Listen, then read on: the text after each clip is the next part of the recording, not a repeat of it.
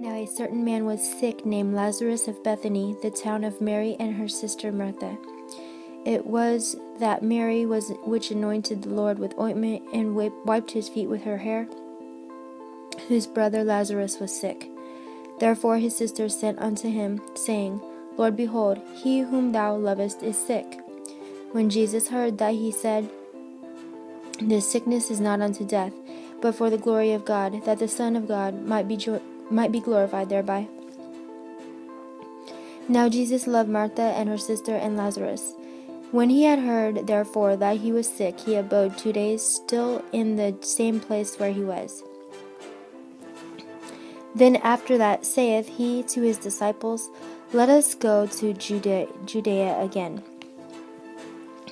His disciples say unto him, Master, the Jews of late sought to stone thee, and goest thou thither again? Jesus answered, Are there not 12 hours in the day? If any man walk in the day, he stumbleth not, but because he seeth the light of this world. But if a man walk in the night, he stumbleth, because there is no light in him. These things said he, and after that he saith unto them, Our friend Lazarus sleepeth, but I go, that I may awake him out of sleep. Then said his disciples, Lord, if he sleep, he shall do well. Howbeit Jesus spake of his death, but they thought that he had spoken of taking of rest and sleep. Then said Jesus unto them plainly, Lazarus is dead, and I am glad for your sakes that I was not there, to the intent ye may believe. Nevertheless, let us go unto him. Then said Thomas, which is called Didymus, unto his fellow disciples, Let us also go, that we may die with him. Then when Jesus came, he found that he had lain in the grave 4 days already. Now Bethany was nigh unto Jerusalem, about 15 furlongs off. And many of the Jews came to Martha and Mary to comfort them concerning their brother. And then Martha, as soon as she heard that Jesus was coming, went and met him, but Mary sat still in the house. Then said Martha unto Jesus, Lord, if thou hadst been here, my brother had not died. But I know that even now, whatsoever thou wilt ask of God, God will give it thee. Jesus saith unto her, Thy brother shall rise again. Martha saith unto him, I know that he shall rise again in the resurrection at the last day. Jesus said unto her, I am the resurrection and the life. He that believeth in me, though he were dead, yet shall he live. And whosoever liveth and believeth in me shall never die. Believest thou this? She saith unto him, Yea, Lord, I believe that thou art the Christ, the Son of God, which should come into the world. And when she had so said, she went her way and called Mary her sister secretly, saying, The Master is come and calleth for thee. As soon as she heard that, she arose quickly and came unto him. Now Jesus was not yet come into the town, but was in that place where Martha met him. The Jews that then which were with her in the house and comforted her, when they saw Mary, that she rose up hastily and went out, followed her, saying, She goeth unto the grave to weep there. Then said Mary, was come where Jesus was, and saw him, she fell down at his feet, saying unto him, Lord, if thou hadst been here, my brother had not died.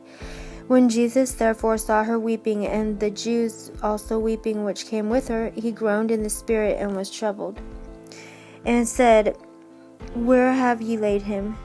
They said unto him, Lord, come and see. Jesus wept. Then said the Jews, Behold, how he loved him. And some of them said, Could not this man which opened the eyes of the blind have caused that even this man should not have died? Jesus therefore, again groaning in himself, cometh to the grave. It was a cave, and a stone lay upon it. Jesus said, Take ye away the stone. Martha, the sister of him that was dead, saith unto him, Lord, by this time he stinketh, for he hath been dead 4 days. Jesus saith unto her, Said I not unto thee that if thou wouldest believe, thou shouldest see the glory of God. Then they took away the stone from the place where the dead was laid, and Jesus lifted up his eyes and said, Father, I thank thee that thou hast heard me. And I knew that thou hearest me always, because of the people which stand by I said it, that they may believe that thou hast sent me. And when he thus had spoken, he cried with a loud voice, Lazarus, come forth. And he that was dead came forth, bound hand and foot with grave clothes, and his face was bound about with a napkin. Jesus saith unto them, Loose him and let him go. Then many of the Jews which came to Mary and had seen the things which Jesus did believed on him, but some of them went their ways to the Pharisees and told them what things Jesus had done. Then gathered the chief of priests and the Pharisees a council, and said, What do we? For this man doeth many miracles. If we let him thus alone, all men will believe on him, and the Romans shall come and take away both our place and nation. And one of them, named Caiaphas, being the high priest that same year, said unto them, Ye know nothing at all, nor consider that it is expedient for us that one man should die for the people, and that the whole nation perish not. And this spake he not of himself, but being high priest that year, he prophesied that Jesus should die for that nation. And not for that nation only, but that also he should gather together in one the children of God that were scattered abroad. Then from that day forth they took counsel together for to put him to death. Jesus therefore walked no more openly among the Jews, but went thence unto a country near to the wilderness, into a city called Ephraim, and there continued with his disciples. And the Jews' Passover was nigh at hand, and many went out of the country up to Jerusalem before the Passover to purify themselves. Then sought they for Jesus, and spake among themselves as they stood in the temple, What think ye, that he will not come to the feast? Now both the chief priests and the Pharisees had given a commandment that if any man knew where he were, he should shew it, that they might take him. End of St. John chapter 11.